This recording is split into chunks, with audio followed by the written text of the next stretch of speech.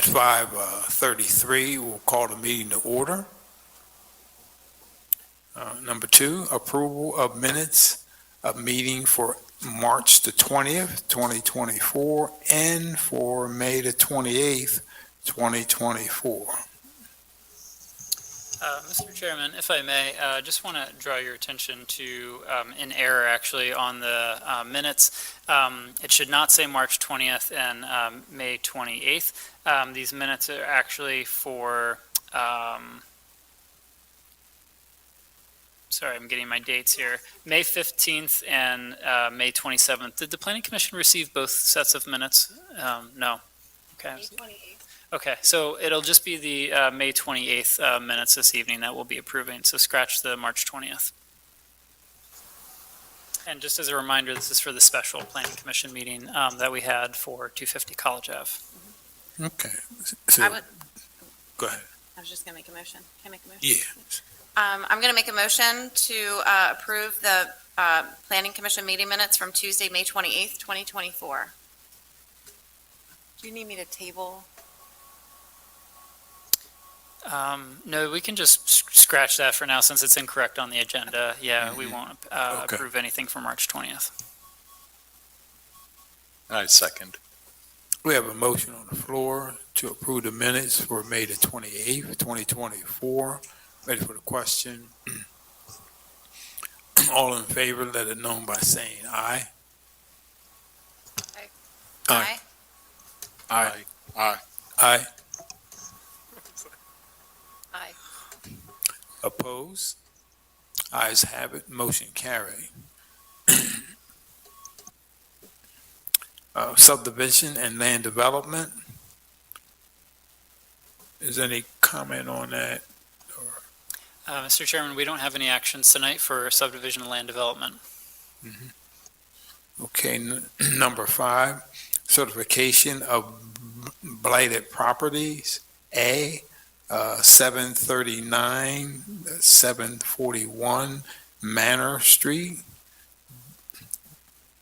B, 758 Manor Street. C, 522 Woodward Street.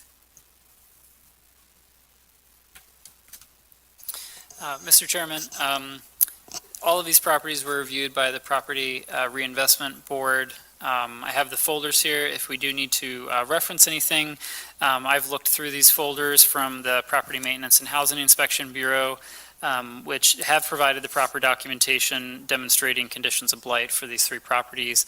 And as a reminder, Ms. Seufert also serves on that board. Vice Chair Seufert, is there anything that you'd like to add in terms of these 3 properties? No, all 3 properties have been discussed at length multiple times throughout their certification and blight process. And we have the city staff recommendation is to continue them through the blighted certification process. Mr. Chairman, I'll just add that as a reminder, these properties do go to the Redevelopment Authority for the City of Lancaster to further consider action on these properties. That would be the entity that would be permitted to enter a rehabilitation agreement, if appropriate, with the current or new landowner. And in some cases, if that's not appropriate, then the properties are taken by eminent domain at that stage. Sure, and it may be worth noting, Mr. Smith, that all of these projects or properties have currently gone through, there's been multiple outreaches to the homeowners, and they have all been given an opportunity to go enter into a rehab agreement with the City of Lancaster, none of which have been successful. Yes, thank you for noting that. One of these properties actually dates back to 2018. That would be 758 Manor Street when the condemnation was originally filed. The other 2 have been in the property reinvestment process or code violation process since 2023. 739 and 741 were both condemned July 2023, and 522 Woodward was condemned in March of 2023. So with that, happy to answer any questions, but the city does recommend motioning or having all of these properties certified as blighted.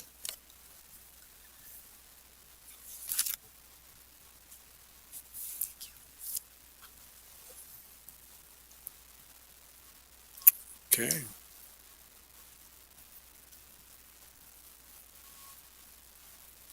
Have a motion on the floor? I'll make a motion to issue a certification of blight to 739 to 741 Manor Street, 758 Manor Street, and 522 Woodward Street. I'll second that motion. We have a motion and a second for the certified blighted properties that were mentioned.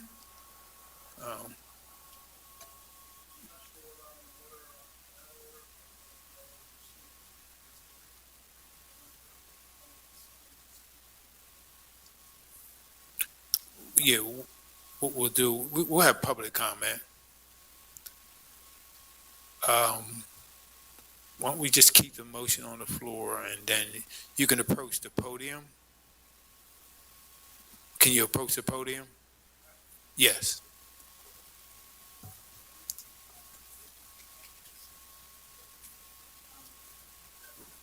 And sir, if you don't mind holding for one moment, we're going to get you a microphone so that the room can hear you and also those streaming online can hear you as well.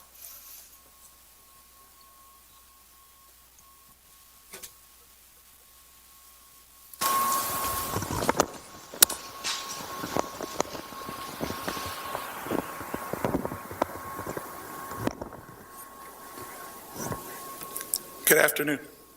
Good afternoon. Yes, my name is Ed Segar from Brandywine Investments. I'm here to go ahead and speak on 739, 741 Manor Street. I'm the president of Brandywine Investments as well. I'm also on the commission with the governor's office and a few other offices that I'm just trying to see that there's some procedures that are adequately being entertained for the community. So I guess particularly with 739, 741 Manor Street, I heard that there, several different items were already put in order through codes all the way up through this decision here. I know I've approached the city to get, on behalf of the owner, information on behalf of the owner as far as citations, what work has been done in reference leading to all of those things, and what it's been done on both sides of the parties. I personally feel that I've been involved with this one here, not involved with this whole process. But, it's caught my attention that in speaking with the owner didn't have a lot of different things than I think that she should have had leading on up front. And since our process had already taken place, we have $250,000 that was placed on this property and $125,000 on a construction budget. And I'm really shocked and surprised that your codes guys really don't have that relevant information to pass along over the past 2 months leading up to today's meeting. So I just want to bring that up to you up front before these certifications and things to be taken in consideration, that there was a lot of due diligence on that particular owner's property. I've personally witnessed somebody that, a mother that's been hospitalized in a car accident, I believe also recently went to knee surgery, someone that has recuperated, and somebody that is a victim of, illegal liens on their properties and been a victim of a lot of adverse situations that have impaired her. So I feel that myself, from an independent party, can entertain getting a little bit of information from the owner in her defense and can bring out our private investors to go ahead and believe that very same story on what little bit of information was provided and put up $250,000 in her best interest because she has a very valid reason. I think that she benefits the doubt here, and I really don't think that her particular property should be looked at in any other different than anybody else just being able to just come in and rehab her property with the proper people in place here locally to be able to get her proper permits, get whatever she needs, just like any other normal homeowner. I know that she has contractor in place, and that there's a lot of work that's being done, and I'm sure that the property is going to be rehabbed more than what the requirements were needed. I still haven't received a copy of the items that are in question, but I do believe that her budget requires the property to be fully rehabbed in total, not just some concerned items. So I just wanted to bring that up. If there's any other details or anything that I can go ahead and add in here.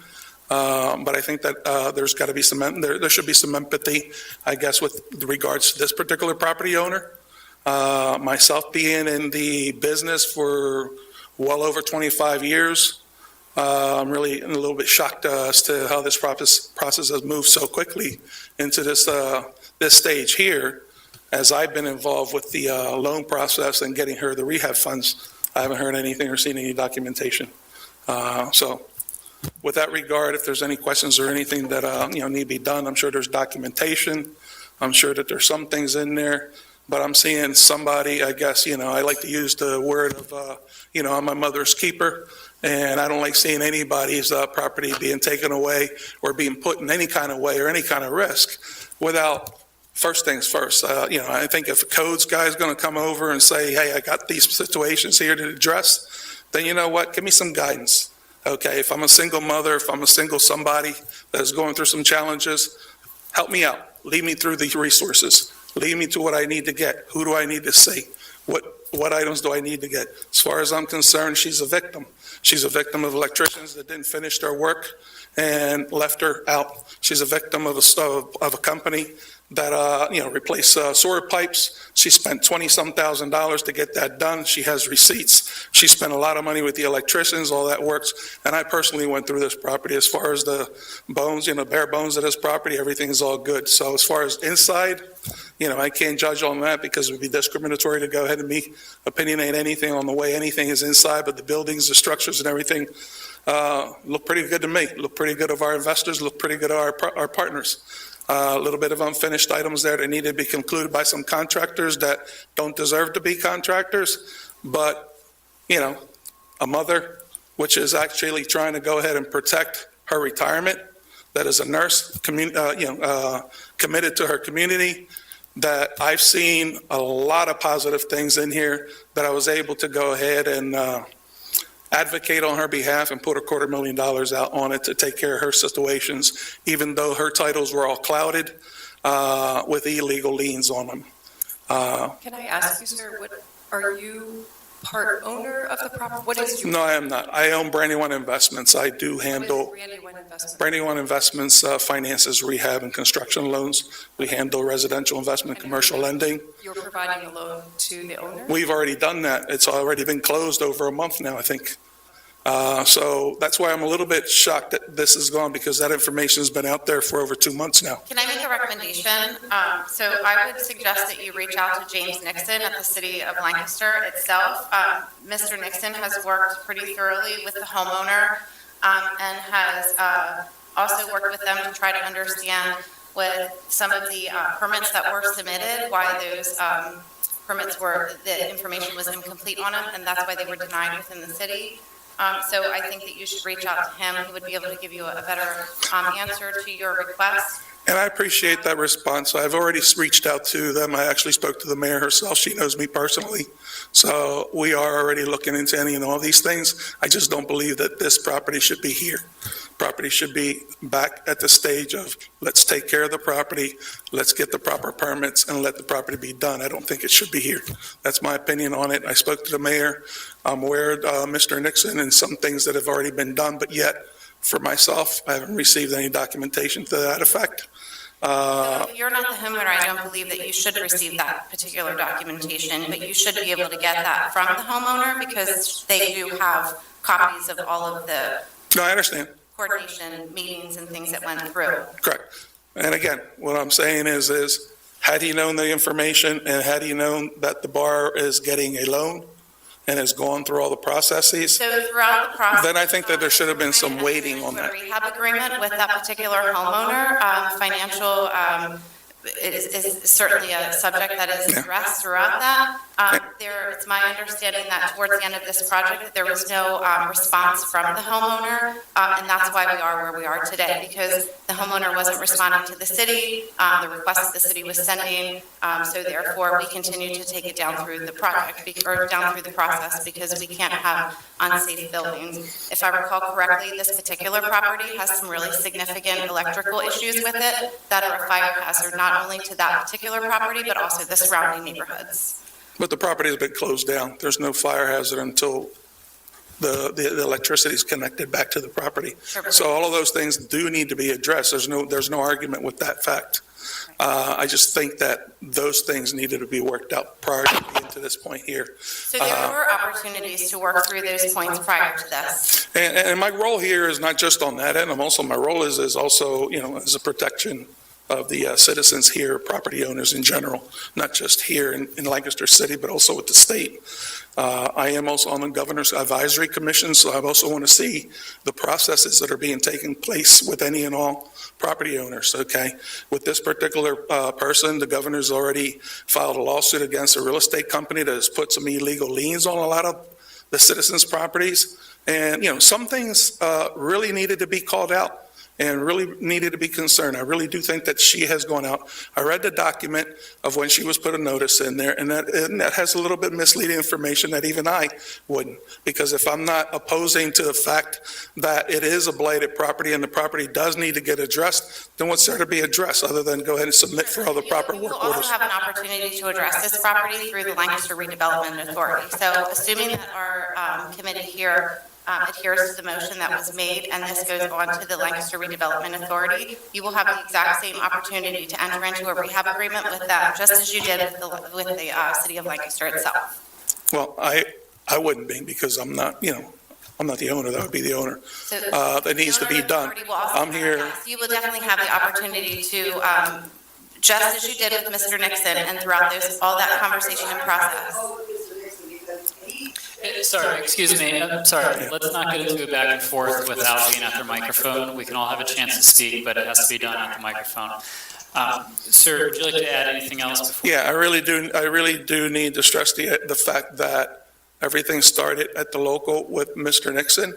And I think that the information that was being provided by the owner and the empathy needed to start there, not follow through and snowball a situation to be at this point when it's evident there was concrete information of the funds needed to not just take care of the situation at hand, but also do the entire property. So I beg to differ on this situation here. I think that there needed to be done more here at the lower end so that none of us would be here today trying to advocate something different. Okay, thank you. Be kind. Any further public comment? Can we bring you a microphone? We can, if you want to. Sure.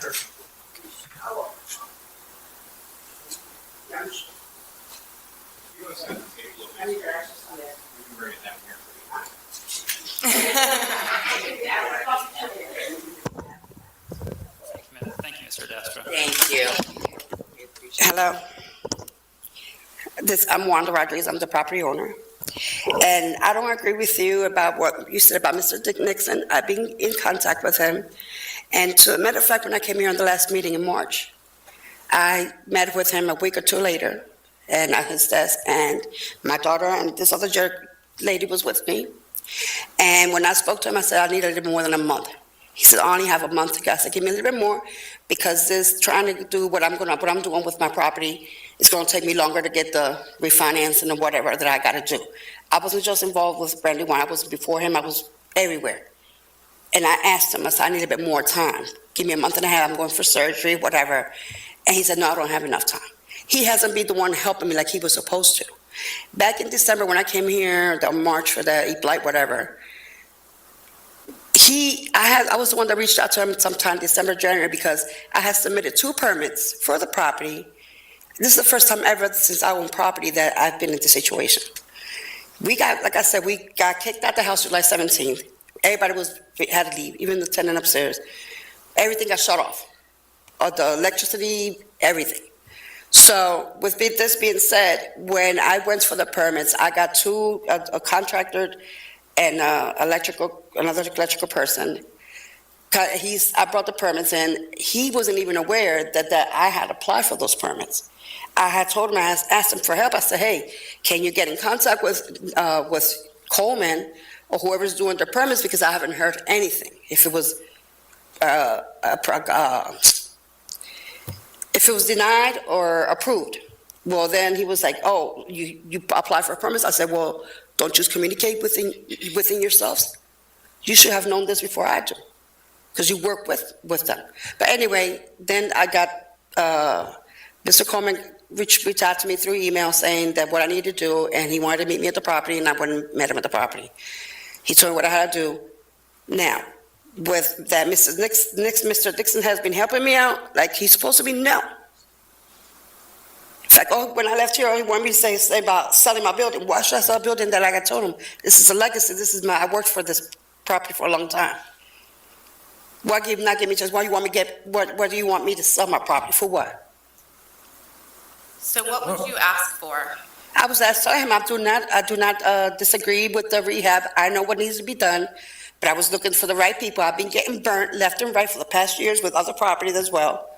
So it's hard for me to trust people, contractors. Did you have a rehabilitation agreement? Is that? Well, they're saying that I came to meet with him in March, after the March 14th hearing we had here, that I met with him. That same day, we found another contractor. That's who my daughter and her friend, they went through Facebook looking for recommendations. They found somebody, and that's the person we still have today.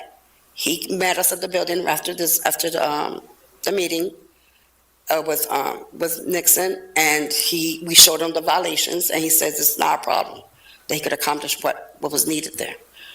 But at first, Nixon didn't approve my permits because he said that was too low. The permits weren't. They weren't completed plan, yeah. No, he said by completed, he said that he don't approve of what I was paying for, like the electric, like that. An example, electrical. The Angels Electrical, he said he owns his own business. He was going to charge me $5,000 to do the whole electrical in the house, and he said no. And I told him, what about if he's doing this because he wants to help me out? And Mr. Nixon said, no, I don't care. He would not approve of that because it's more than that. So, what are you saying, that he wouldn't approve the permits? He said he won't approve the permit because of what I was being charged was too cheap, that was more than. He was saying that the market value of the Right. done was higher than what you were paying. Right, but like the gentleman said, I'm the owner of the building, of the business, I charge you what I want. It's up to me. Do you have a contract for Mr. Torres? Mr. Torres, Yeah, that was sent to him too. you have it in writing what he, You have it in the email, right? You sent to him? We sent all the proposals over to Mr. To Nixon. Mr. Nixon. I'm the one emailing back and forth with Mr. Nixon. Even when they tried to break into my property and I had to call 911, the one that walked me through that part there, I've been in contact with him. He just emailed me 2 weeks later after the proposal saying that he would go ahead and send it over. He said, I will inform them of your interest. Thank you. And that's all he left me. He never reached back out. We've been trying to reach out to him. We have his mobile number. He has not responded. And then when I Just send everything over to him. did May 17th, when we did the closing for the settlement, for the funds that I need to get this place done the correct way, I called him right after I left the office, and he said it's too late now, it's out of my hands now. He said, call me back on Monday, because they went to the planning commissioner's office. So I asked him, I said, well, can you have someone call me today? It's 3 o'clock, still working hours. Somebody could be there, see, why do we have to wait to get there? You know what I'm saying? He's, you should have, if I would have known, and I told him right there, I reminded him. And I asked him, I said, I asked you for a little bit more time, to buy me a little bit of time with the commissioner's office, so that we can get this done. And all the letter I received was one from April 11th, that was certified, and I really didn't pay too much mind because of the fact that I wasn't contesting anything, because I knew I had to rehab. So where am I going to contest? Excuse me, Miss, do you mind? I haven't received anything else. Can I just verify, you're Ms. Rodriguez, right? You're the property owner? Yes, I am, sir. Mr. Chairman, I just wanted to add a couple of thoughts here. Everything Ms. Rodriguez is saying checks out. I just want you to know this is a property I'm familiar with. Building permits have been submitted. A second one with a larger scope was submitted. Unfortunately, I think I don't know all the history, and I don't want to get into the details, but I just want to confirm Ms. Rodriguez is making efforts to have this property rehabilitated. I have personally put the executive director of the Rackle Authority, who's a person I supervise, Thomas Gilbertson, has been in touch with Ms. Rodriguez. You did have a conversation with Thomas, is that right? Yes. Yes, and he was also in touch with the gentleman who spoke earlier Right. as well. So the process from here, I want to remind the commission about what their purview is this evening. It is to make a judgment on whether the property, to confirm whether the property has met conditions of blight. Although building permits have been submitted, as of now, nothing has changed regarding what's in the folder and the state of the property today. So I believe that it is our duty to certify the property as blighted. And that also moves Ms. Rodriguez towards the staff I have connected her with, who can engage in a rehabilitation agreement. And I think, I will have personal conversations and make sure they're aware that building permits have been submitted, that you showed up this evening, that you remain engaged. I and you're picked up communicating. 2 new ones. I got 4 new ones just in case, so. So I just want you to understand kind of what our task is this evening, and that I will personally follow up and make sure that we help you with the property and make sure you're in contact with the right people. Okay.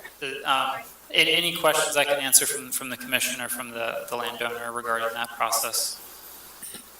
Yes, so if this did move into blighted with the property, and any of the 4 properties that are listed today, would that put the landowner in touch with more resources as well than what would be traditionally offered before this process happened? Like city resources or development authority resources? It's hard for me to say whether there's more or less resources. There will be another pause in which the landowner has the chance to show up and make an offer to rehabilitate the project. I'm hesitant to look back and say we didn't offer the right resources. I don't necessarily want to rehash that history, but I can say that going forward, we will absolutely have Ms. Rodriguez in contact with all the right people, and that I will make sure personally that she's in touch with those folks and that we can work with her and figure out whether we can reach a rehabilitation agreement. The redevelopment authority basically uses the same process that the Property Reinvestment Board does for that rehabilitation contract. So we'll be asking for financial means, which have been, we've heard from tonight. We'll be looking for building permits to make sure that they meet the scope of lifting the condemnation and the conditions of blight, and then asking for a timeline. Those are typically the core pieces that we look for in those agreements. And it looks to me like Ms. Rodriguez has already put a couple of those pieces in place already. Well, I have it on email from the contractor, the scope of work and the prices. That's great, and we can, the redevelopment authority can work with you to evaluate all of that and work with you on rehab agreement. This board cannot engage in that process this evening, but as the chief planner of the city, I can assure that you'll be in touch with the right staff to follow up with you. You're welcome, no problem. Thank you, Mrs. Smith. We do have a motion on the floor and also a second. We did have questioning. Nelson, can I ask one more question? I'm curious, the certification of blight, does that jeopardize your financing at all? Then maybe that's a question for the From gentleman. Edwin. No, it should be, the funds already there. Okay. They're there. They're just waiting for me to get approved for the permit so I can start working or not meet the contractor. Great, okay. Just wanted to make sure that didn't mess up your financing. No, Doesn't affect us, but it affects their timeline. yes. As the contractual agreements that are being. I can barely hear you, sir. Could you please use the Yeah. microphone up here? If you want to approach the mic, you can. Here it's over here. What it does for her is that she's not able to. You want to speak into the mic, please? She's not able to get in the property. She's not able to get contractors on the property to do anything. I received an email today from the contractor that he will not step on that property to do absolutely anything because apparently there's a stop order on it. Okay, so she's not allowed to do absolutely anything for some unknown stop order. And last I checked, I don't know that you need a permit to go in there and clean out a property. You can engage them a little bit more on that. I know she's already cleaned up the property and done everything on the exterior, what's inside, you know. So apparently somebody's telling the contractor, you're not to go in there to do anything. Correct. Once a property is condemned, it is locked by the city and entry into that building. And because it is unsafe for any habitation, has to be allowed by the property manager of the city. So when this goes to the redevelopment authority, they have the ability to let you in, but to do work, right? And so we wouldn't issue any building permits until we're sure about what the scope of that work is and what the timeline and financing involves. So we can help you with all of that when it gets to the redevelopment authority stage. Yeah. And as far as us, it doesn't hurt us anything. This has already been closed out with the lending partners that have already involved and closed out. So she has $125,000 escrowed for construction. So that should more than cover any of the things that she needs to get done. And Okay. that's been out there now for over a month. I think she's closed out. Thank you. Thank you.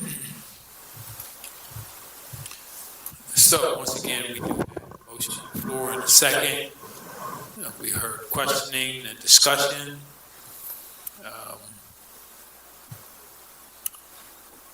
All in favor, let it know by saying aye. Aye. Nay. Aye. Aye. Aye.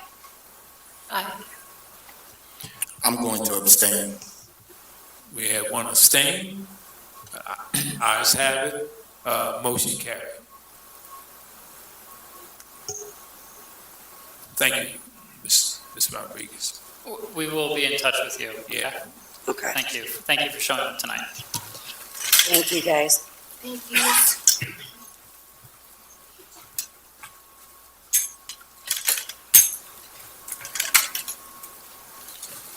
Six, staff report to planning commission.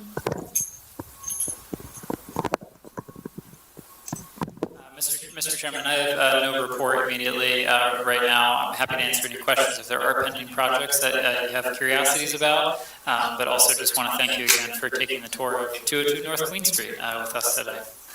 Yes, we enjoyed that. I'm sorry, Mr. Chairman, for those who did not meet our new senior planner, I want to take an opportunity to introduce to you Lauren Finn. She has just been hired just the other week as our senior planner, and welcome Lauren to the planning team and to the planning commission. Welcome. Would you like to say something? Say that at this point? I'm happy to be here. Okay, thank you. Other business? Mr. Chairman, tonight we actually have a significant piece of other business here, and thought I would just give you some brief background on this, but we do have presenters here from Lancaster County Planning Department who are well equipped to talk to you more about this. This was a multi-municipal effort between Lancaster City, Manheim Township, led by Lancaster County Planning. Very grateful for the leadership that the county provided in this project, as well as the funding that came from PennDOT to support this effort. We completed this effort last year around May of 2023. Staff was very intimately involved in the creation of this plan. This is coming to you kind of late because, as you might remember, last year we were in the thick of the comprehensive plan. So just as this was being finished, we were marching towards adoption of the comprehensive plan, and we wanted to stay on that track and keep our focus on that particular project at that time. So now that we've adopted the comprehensive plan and we've gotten through the holidays, we are finally prepared to share this exciting plan for you this evening. And I want to let you know what the charge is that's being asked of you this evening. We are looking for a recommendation for approval or denial to City Council on this plan. And although this is a plan that is final as of today, I am happy to collect any comments that are provided this evening and provide them in the form of a letter on your behalf to City Council if there are any questions, concerns, or comments of support. So with that, I'll pass it over to Mr. Doman. Welcome. Thank you, Douglas. Can I control the screen with this, or no? just have a laser pointer though, okay? Okay. Thanks again and good evening. My name is Michael Doman. I'm a principal planner with the Lancaster County Planning Department. I'm here with two of my colleagues tonight. We have John Hershey, who is the Director of Analytics and Design for the County Planning Department. And we have Christine Lee, who is a Senior Planner and also the Community Liaison to the Metro region of Lancaster County, which includes the city of Lancaster itself. So thank you for having us. We greatly appreciate it. We're excited to talk about the Lancaster Station Small Area Plan. It was an enormous effort to get to where we are today. But we also would like to thank the city staff and all their hard work to help us get to this point. So we're also going to be partnering with Manheim Township and the adoption of this and then move forward from there. But I'll explain that in a little bit. Can I get the next slide, please? So just a little bit of an orientation, if you're not familiar with it, but I'm sure you are. The green star in the middle there is the Lancaster train station. The black line around the edge of that is what we would call a walk shed for a 10-minute walk around the train station.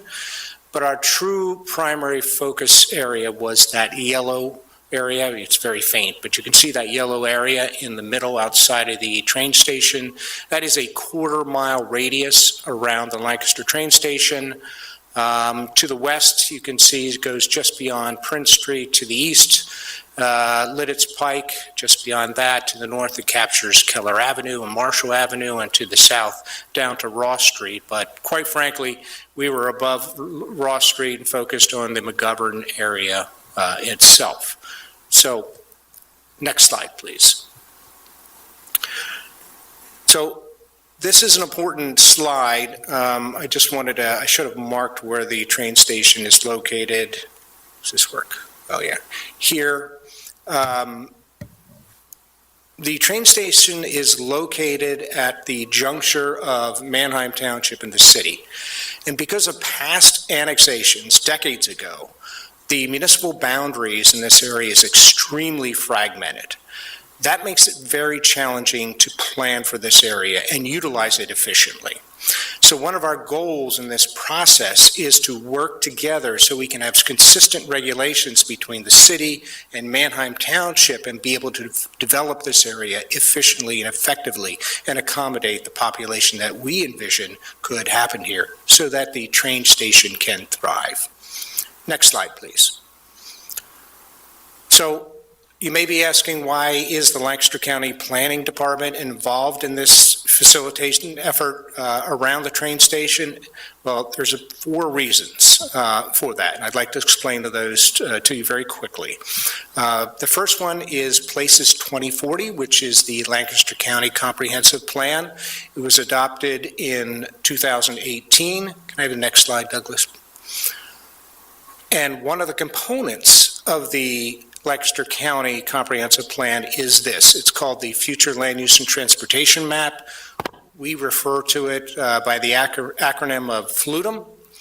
The FLUTM map displays our growth management strategy for Lancaster County.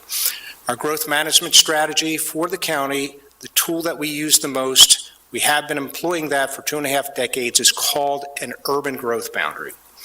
So we have an urban growth boundary around all 18 boroughs in the county and the city of Lancaster. Inside that urban growth boundary, we are encouraging zoning that will allow for high-density, compact, mixed-use, walkable development. Outside of those urban growth boundaries, we encourage the employment of strong agricultural and conservation zoning. So basically what we're trying to do is guide all the development in Lancaster County, or at least the majority of it, inside the urban growth boundary. We set a goal when we started this process with the growth management plan of having 85% of all new development in Lancaster County guided within urban growth boundaries. We're happy to say that as of the past few years, we have accomplished that. 85% of all new development in Lancaster County is occurring inside the urban growth boundaries. Where we are falling short is density. In the metro area, we set a goal of 9 units per acre inside our urban growth boundaries. We've been averaging about 4.7 units per acre. So results of that mean that we're using more land, using land inside our urban growth boundary less efficiently and using more of it than we need. And what's going to happen in the future, if we continue doing that, we are going to have to expand those urban growth boundaries to accommodate our population, and we're going to have to take prime farmland that is so cherished in Lancaster County that everybody wants to see preserved. So we don't want that to happen. We think the Lancaster train station is an opportunity to accommodate a significant portion of the population growth in Lancaster County over the next several years, if it's done correctly.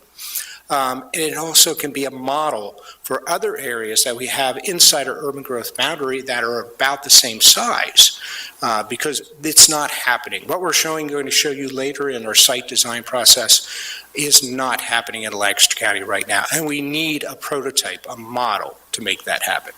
Next slide, please.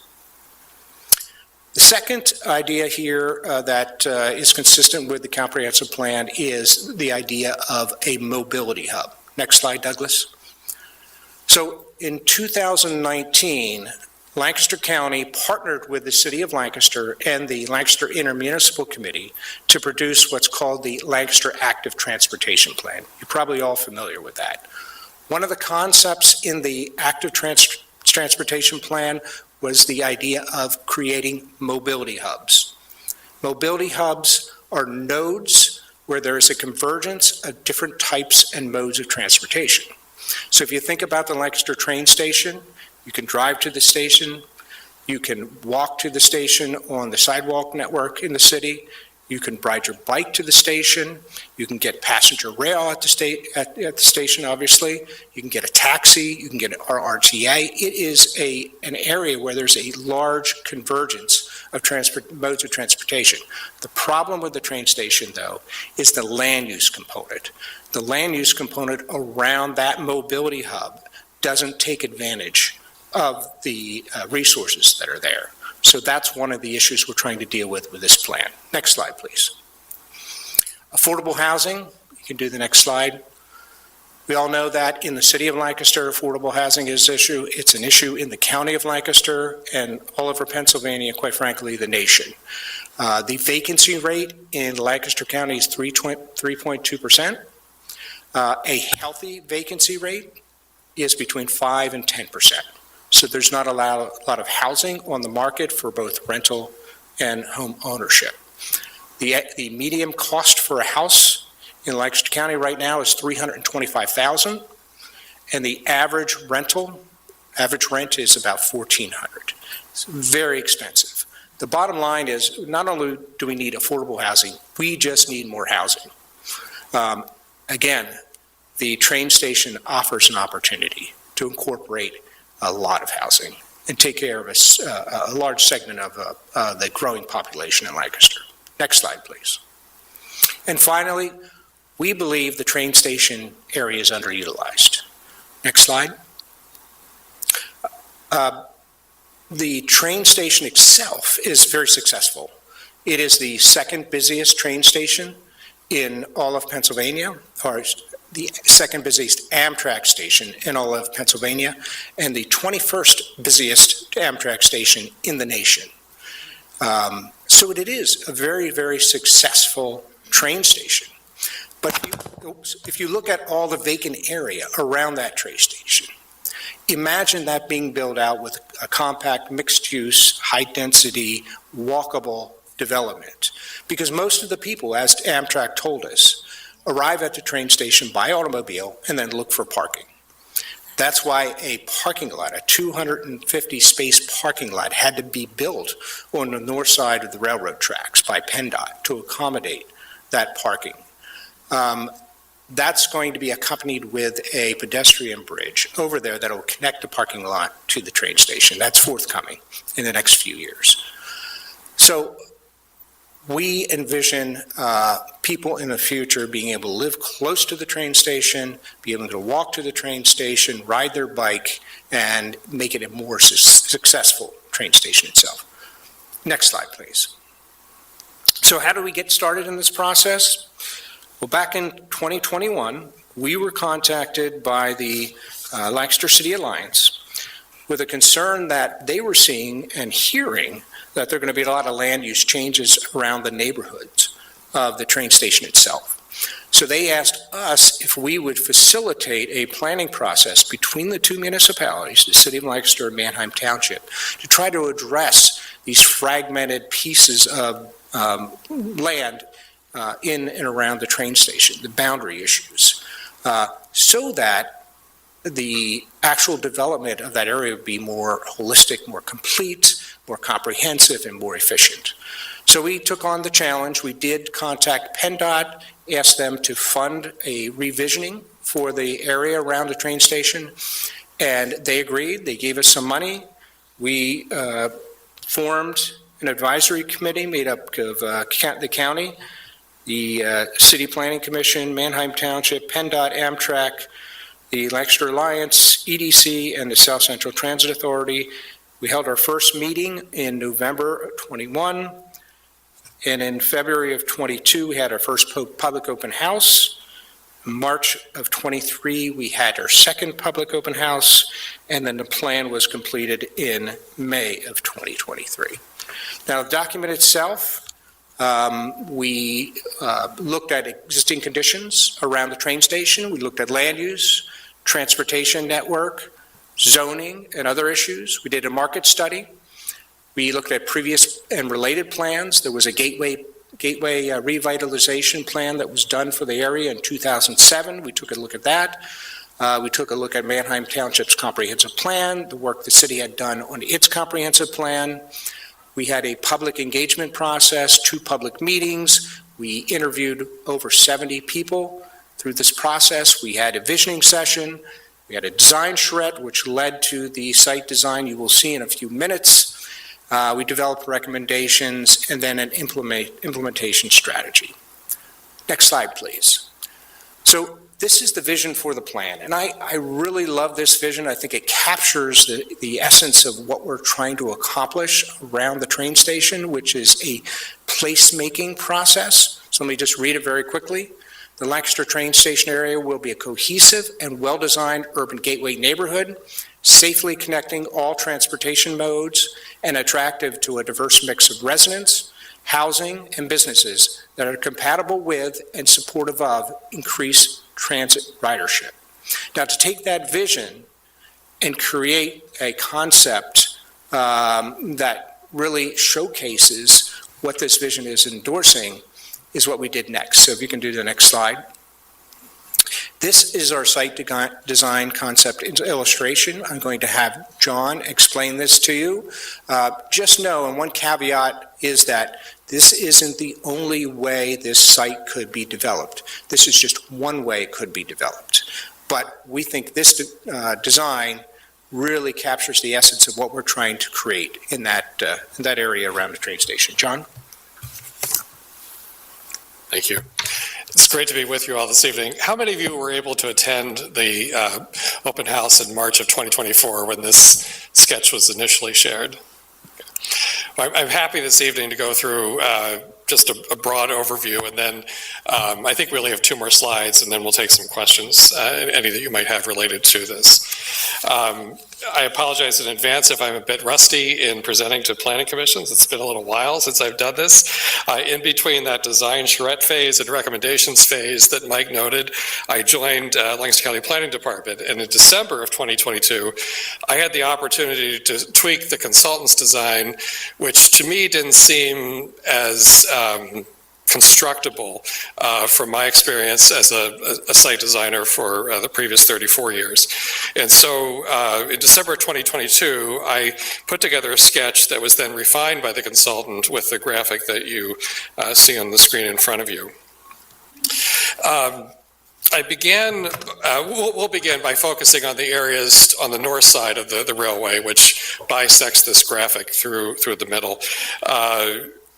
There are 16 buildings that are proposed there in the solid pink shading, and 3 other future phase buildings that are depicted in the pink stripes. The reason there are some future buildings is that, as you know, PennDOT is constructing a surface parking lot north of the rail line to serve those who arrive on site by automobile and will eventually cross over the railway to get to the existing station. Our hope is that big surface parking lot will someday become a parking structure that has liner buildings that help to define a forecourt on the north side of the train station. The other striped building, which is at the northeast quadrant of the Lidditz Pike, Keller Avenue and Marshall Avenue intersection. It's currently a real estate office. It's just south of the Stauffer Park. It was originally constructed as a convenience store back in the day, but it's set back in a very suburban style fashion from the street. It would be great to move that up close to the street and develop a multi-story building at that intersection. So that's why some of the buildings are depicted a bit differently than the others. But as I was laying this out, I began by really prioritizing how one arrives at the site if you're not coming by automobile. And so from the Lidditz Pike, Keller Avenue, Marshall Avenue intersection, I created a strong diagonal, non-motorized connection. And if I can figure out how to use your laser pointer. The red, okay, obviously. Basically created this diagonal. This is that intersection I just mentioned. And by the way, I should note that both this intersection as well as the intersection of Fruitville, Mannheim, and Keller Avenue here are shown with some realignment to eliminate some of that quirky squiggliness of Keller Avenue and to create safer intersections. But starting with this intersection at the east, again, this is Lidditz Pike, Marshall Avenue, Keller Avenue, wanting to create, once folks reach this point on foot or by bike, create a strong diagonal that brings you into that forecourt and ultimately to the train station in this location. And thank you to whomever is using the hand gesture to help guide us. If one is coming from let's go back to the sketch. If one is coming from the Mannheim Pike, Fruitville Pike and Keller Avenue intersection here, we again have a non-motorized connector that ties into a street system that parallels Keller Avenue. And so with those things establishing the framework, along with 2 proposed streets coming off of Keller Avenue, one here and another one here, aligned closer to the north entrance of the train station. That then sets up the framework in which we've placed 16 proposed buildings. I've located those buildings to really better define streetscapes along Keller Avenue, as well as those 2 intersecting streets that bring one into the train station site. Parking is typically set behind them, and in addition to on-street parking that's proposed in front of them.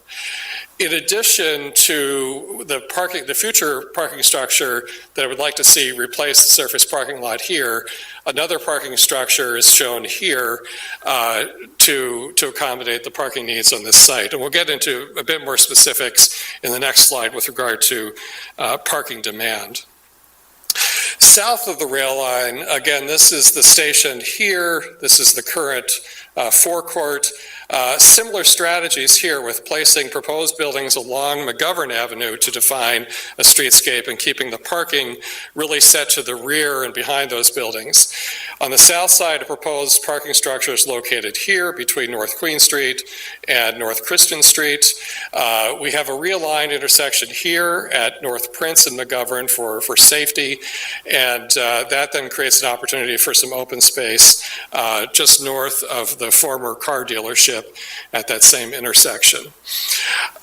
Again, buildings are depicted in solid pink for what could be developed earlier rather than later, and then 2 buildings that are shown in a pink stripe, both here and here, because we've been told by Amtrak that those surface parking lots that they've invested in are sort of sacred at this point. But as planners, I think we ultimately want to see a building located on there. So we're also putting those in that someday wish list category. There are also some buildings south of the rail line over here along Lidditz Avenue that are depicted in sort of this, what's showing up as kind of a greenish color on the screen, and then some over here as well. In those locations where there are existing neighborhoods along Lidditz Avenue and Mannheim Avenue, we're proposing buildings that aren't quite as tall, buildings that are more in character with the existing structures in that neighborhood. In addition, we're proposing some green space in this location to serve the residents, both existing residents and future residents, if the site were to be developed as depicted here. In terms of other open space, obviously the forecourt at the existing main entrance to the train station remains as open space. The Silent Symphony sculpture installation would remain here as well.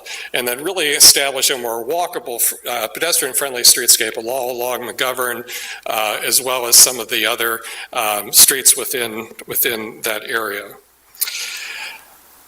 Let's go to the next slide, Douglas. This, I'm sorry, there are more slides than I told you previously. Well, these are relatively quick illustrations that the consultant put together.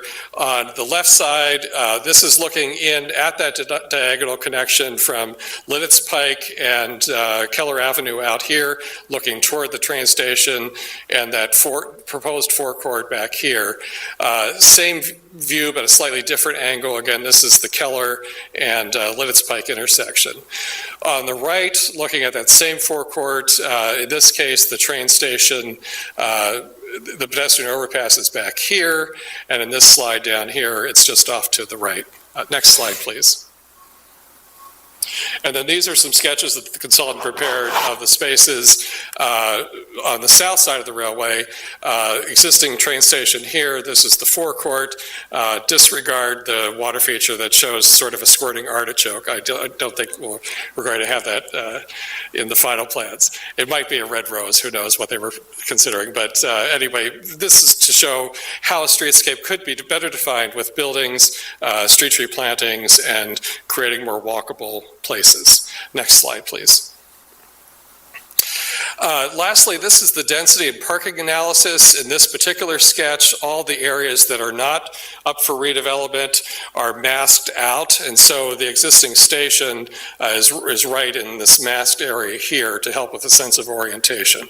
But this is my initial sketch from December 2022 that I really based upon a sketch that I did for the former Stockyard Insight over here, trying to get a balance between, I think it was one parking space per residential unit plus parking for the ground floor non-residential uses in that area, and sort of using that balance to lay out the rest of the site.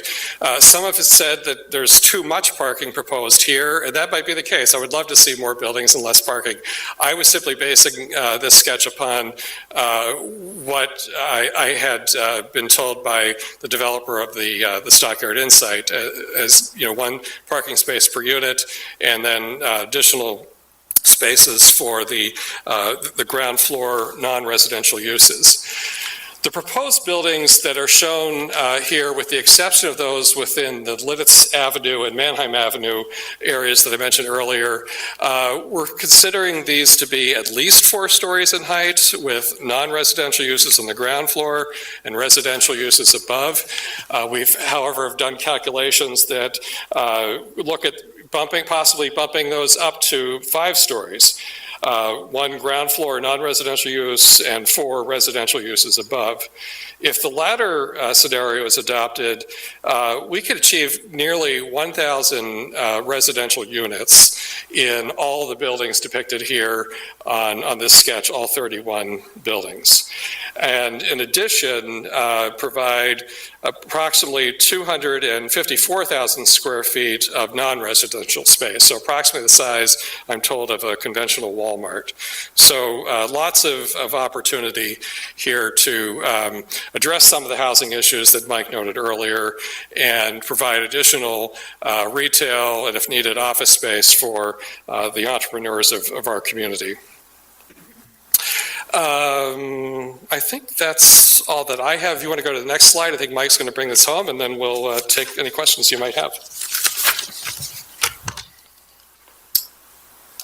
Thank you, John. So just the next steps, we are here tonight to hopefully garner your support for encouraging the council to not only adopt the intermunicipal agreement, which would hopefully approve then this plan, but also then support the implementation of it.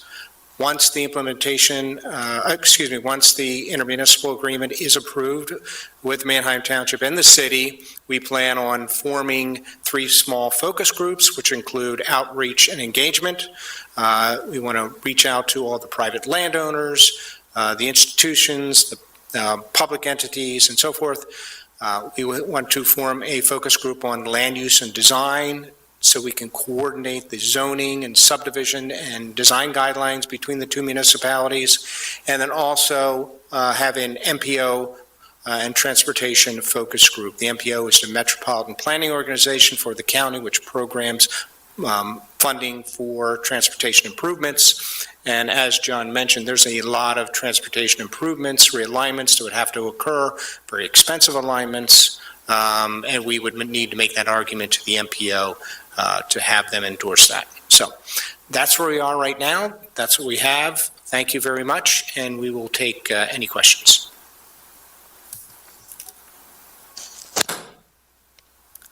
Thank you, Mike, and thank you, John. Great plan, seriously, wonderful job. I think it came together very, very well. And I know John's experience in the field certainly helped shape that up. I just want to, it's really a question for the city, I think, prior to making any sort of recommendation. I'm sure others have questions too, but if we adopt this plan, we're purely supporting the zoning and land use changes and potential implications of streetscape guidelines, et cetera, moving forward, right? There's no,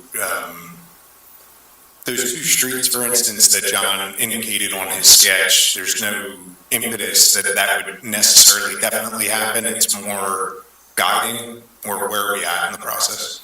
Yes, absolutely. I mean, certainly all of these private property owners have their own development rights. Even as of today, they could submit a plan that varies significantly from this. But yes, the goal is to use this as a template. Those renderings are really illustrations of the guidelines and things that we imagine that would drive the redevelopment of this area. And it's worth mentioning that Manheim Township has actually already got a jump start on this, and last year they passed some really progressive zoning regulations. So just want to give them a shout out and say that they've already done their part pretty quickly here. And we are already actually collaborating with them on getting some of this off the ground. So yes, streetscape guidelines are top of the list for sure. Eventual zoning amendments, we were waiting until our comp plan was adopted until we started looking at that. Happy to, did I answer everything? Okay, cool. Yeah, thank you. Mr. Smith, without seeing the comp plan, and I apologize, I have not memorized the zoning recommendation changes that we were suggesting, I would assume that this aligns seamlessly with that. It does, and let's see, I'm going to try to pull up the plan here, but I believe that there actually is an action that is mentioned in the plan. I should have this memorized by now, and it is specifically to implement this train station area plan. I'm trying to look for the language at the moment here. If you give me just one more moment, I can. Yes, so the train station area plan is included as a place-based policy in the comp plan, and that is to develop the Lancaster train station area as a cohesive, well-designed urban gateway neighborhood. Development should connect the train station to local transportation modes while accommodating a diverse mix of residents, housing, and businesses that are compatible with and supportive of increased transit ridership. Continue working with Lancaster County Planning and Manheim Township to implement the 2023 train station small area plan, including creating an implementation committee, amending development regulations for intermunicipal consistency, and aligning funding tools. How does that plan support the connectivity to the downtown urban core of our city? Great question. There will have to be a number of actions that we take in order to really improve that connection. A couple of the things that we've done so far, our future land use map, as you might recall, has an urban centers land use, which is our densest land use, and it's kind of comparable to our downtown. And that has been extended north along the Prince Street and Queen Street corridors to connect to the train station. As was pointed out, there's a gap there with that Manheim Township has. But when you leap over the Manheim Township segment, we get to the train station area, which is in the city and is also noted as urban centers in the future land use map. So that is one of the ways that we're aiming in the long run to connect the downtown. We're suggesting there should be an extension of downtown that from here to the train station to really make that density connection, but also seeing more commercial ground floor activity and providing a higher level of transportation facilities in those areas as well, like we do in the downtown with wider sidewalks and more attention to, say, street furniture and other sorts of things like that. We are working with Manheim Township too to actually identify a project on East Liberty Street, which is a street that we sort of share connections on to provide some transportation improvements. So there's some funding that we're identifying as another point of reference. So we have a couple of things going right now. I know the bike share is another element. The Christian Street Bike Boulevard, which sits outside City Hall here, are some of the other efforts that we have going on to really make that connection between downtown and train station. Good evening. I have a question. One of the first slides you showed had a map of the county with urban areas. Our future land use map, maybe future land use and transportation map. Is there work on developing future hubs, transportation hubs outside of this area, and maybe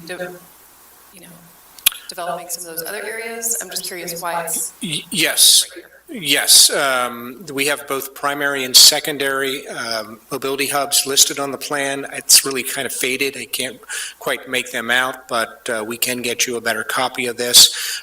Most of the primary mobility hubs are located in our boroughs. We're fortunate to have train stations also in Elizabethtown and Mount Joy, so they are very important primary mobility hubs. Then we have a series of secondary and tertiary mobility hubs as well. But to me, the prime, most important mobility hub in the county is located right here at the heart of the city in Manheim Township. Is there work on, like in E-Town, around the train station there as well, like some growth? I know it won't be as much maybe as this, but.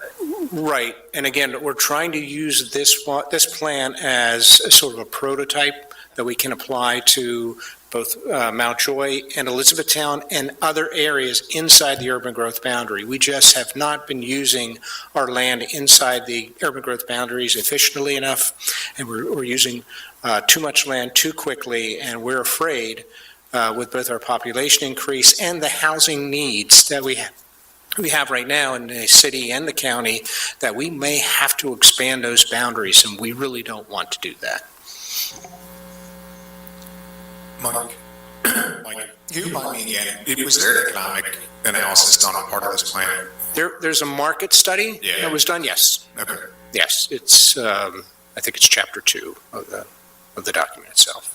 I mean, it's not extremely extensive. The reason why I'm asking is because it tends to be, help developers' appetite if there's even a little bit of whatever the data was pulled from. Yes. So, Yeah, definitely. Mm-hmm. Hello. Oh. All right. Yeah, hello. Hey, Tony. I like the plan. I my comments are actually more related to the potential of the site design being something different in the future.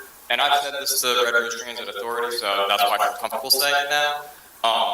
I always hoped that the bus station downtown would be relocated to the train station, and Red Rose Transit Authority ideally sell off that property downtown, especially because there's a steel structured parking garage ready to be developed on top of it, massive plot of land and a little sliver beside it. So if that is in any way an argument to persuade Amtrak about the sacredity of their parking lot and what could be done differently over there, I'd love to see the bus system more centralized up here, and I think it provides an opportunity for, I'd say, the next 50, 100 years to plan for bringing light rail back to Lancaster County. That's all I really have to say. I love the plan, and thank you. Those are intriguing ideas. That real estate downtown is very valuable, so it's certainly a something that should be investigated, I think. Good evening, over here. Yeah, hey, Porter.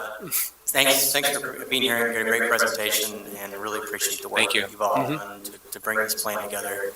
Kind of a statement and a question. The statement is, I think it's also important to emphasize just that this is very well-timed plan, just to kind of provide a greater context to passenger rail in the U.S. I mean, President Biden's infrastructure law devoted about $60 billion would be to passenger rail alone for improvements to the U.S. passenger rail network. The majority of that will be spent in the Northeast, and I think we're very fortunate to have just a train station at all. A lot of communities in the U.S. don't have a train station at all, but one that sits on a very well-run and very high-performance rail line that registered to take a hit on the Keystone Corridor from COVID-19, but it is recovering, and I think it's also important to highlight how it's recovering, where you're seeing much less, business travel, people commuting to work, Harrisburg to Philly, but you're seeing quite a lot of growth of people that are using this rail line for,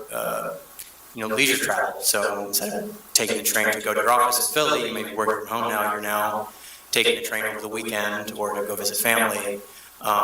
And so I think it's really important for the city to be able to take advantage of this period, I hope, of growth in rail travel, especially in the Northeast, because we have connections to Boston, New York, Washington, Baltimore, some of the biggest population centers in the U.S. who all would like to come to Lancaster, I'm sure, to enjoy all the beautiful things that we have here.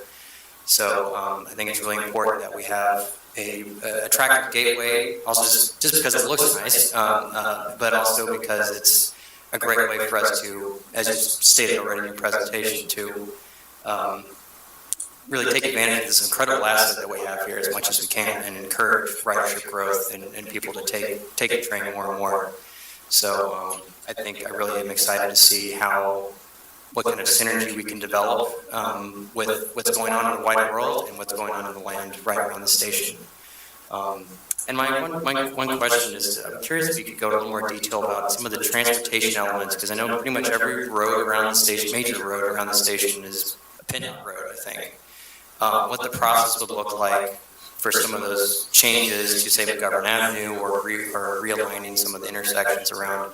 Is that kind of like a pin-on-tip process, more or less, pretty standard, or is there something more? Yes, and I can answer that, but first I wanted to agree with you on how fortunate we are to have the passenger rail station. When we were doing this study process, we did look into other metro areas, and we found out that there are 20 metro areas in the U.S. larger than our metro area who do not have passenger rail service. So how fortunate are we to have this? It is something that, again, we think is underutilized, we could take much greater advantage of, and hopefully we will through this process. As far as the road improvements, yes. So the MPO is a board that works with PennDOT, that controls where the money is spent. Transportation money is spent to a certain extent. Most of it is programmed already by PennDOT for system maintenance. That's where we are today. There is a little discretionary money, and the problem is that discretionary money often goes to safety projects. We don't have the safety issues on Keller Avenue and McGovern to sort of justify, that jumping to the top, as far as making those improvements. But I think the idea is that, and why we're here today, and hopefully council agrees, to adopt and support this plan, and if Manheim Township is signaling that same thing, that's really going to play well with those decision makers on the MPO as far as getting these improvements on McGovern and Keller Avenue. Otherwise, it won't happen, because just they don't rank high enough. But if there's a willingness to work towards the land use changes and accommodating this growth, and everybody's on board, there's a real opportunity, I think, for the MPO to support those investments into the road network. Thank you. This might tie in a little bit with what you were both discussing. Are there any low-hanging fruit kind of things that we can look at that we could accomplish to kind of get the ball rolling, so to speak, or just show our cooperation and how that would work? Or is this completely really dependent on what other people would bring before the planning commission in terms of investment? I think it's a little bit of both. I think with the signal from both communities that they're fully supportive of this, the formation of these committees in which we're talking between two municipalities and trying to get consistent language, zoning language, and design guidelines and street guidelines and so forth. The landowners there are very interested. Some are skeptical. We do have one large landowner that controls a pretty good sized property that is very supportive, but I don't know if that's enough to make the changes necessary to accomplish what we're trying to do. But we're waiting to see, to find out what happens with that. Quite frankly, PennDOT didn't really help us in this process by building that surface parking lot. We really needed a structured parking lot to accommodate 4- and 5-story buildings. Unfortunately, I think PennDOT was in a situation where they were using some federal funding that had some deadlines attached to it, and they got to the point where they just said, we're just putting in a surface parking lot right now. And that will help. It is needed. We all know about the parking issues around the train station and that neighborhood. That's not open yet because they're going to use that parking lot as a staging area to build the walkway over top of the railroad tracks. But it should be open within a year or two, I would think. So I don't have a great answer for you, but I think just the signal of the two municipalities working together, the county planning commission involved, the MPO investing money in the road network, is going to collectively get the ball rolling on there. Nothing is simple. There are a lot of landowners in here, 40 different landowners. Some don't want to sell, some do want to sell, but we need to just sort of master plan this area and work towards that direction. The design may not look like what we put forward right there, but the hope is that it's done well. It accomplishes the goal of higher density, compact, mixed use, walkable developments, and both Manheim Township and the city benefit. Mike, do you know what the status of that bridge structure is? Is that about to start turning dirt on that project? Kind of still getting it? They're getting closer. My understanding is that it will soon go out to bid, but I can't say exactly when. They haven't really communicated much with us, but my understanding is that probably within the next few months, it'll go out to bid. I also, really like the plan and all the work that, compliment you on the work that you've done. Can you talk a little bit about how you imagine bike connectivity, particularly thinking of like on the north side of the site, like if you're accessing this from a bike on a bike? John, do you want to go back? Go back to the slide that has the process. Yeah, I can. Yeah, he has to do that. It's kind of hard to see it. Yeah, you can see it there, and I don't know if you want to describe it, John, but.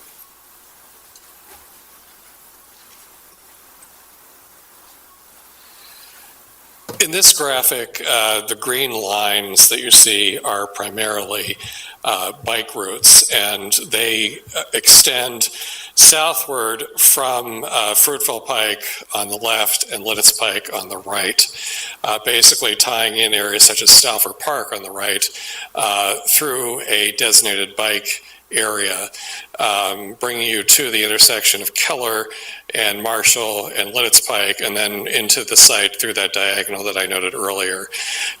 We're pulling cyclists off of Keller Avenue, but putting them on the street that parallels Keller Avenue with that green line that you see being noted there, and then also bike infrastructure proposed on the west side of Fruitville Pike, connecting up to Red Rose Commons and some of the destinations in that area. Great, thank you. I also agree, John, that there's still too much parking. And the other thing about the bike and pedestrian facilities, Manheim Township was just awarded a grant through our Connects 2040 program at the county, and they will be installing some bike and pedestrian facilities on Marshall Avenue from the intersection all the way out to the Staley Silk Mill, which is, I think, a really great project. So the actual train station itself, is we talk about some improvements in the train station, some upgrades? So, yes and no. Amtrak wasn't very cooperative and interested in making any changes to their parking lots or the grassy design elements out front. I think John had mentioned about the fountain that was included. They weren't supportive of any of that. If you look at one of their parking lots, we have a building situated on there. They were not in favor of that whatsoever. But our hope is that they will change their mind in the future once this area starts to develop and they can see the advantage of changing those surface parking lots to either, retail and residential or some type of, parking facility itself. Does your question pertain to improvements within the station building itself? Exactly. Oh, that's different. Okay. I was thinking the Amtrak property. No, we did not address inside the building whatsoever. This was focused on the neighborhood surrounding the train station. That's what I figured, but Yeah. it needs some improvement. But second, it's rated that high in terms of its ridership, so. Our visitors should have a decent rest. I would think so. Yeah. My understanding is that they are going to be working on the restrooms there, so in the very near future, it's our hope. Yeah. Okay.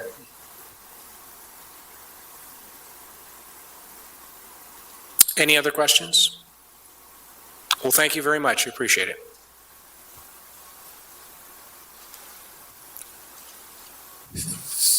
Any public comment?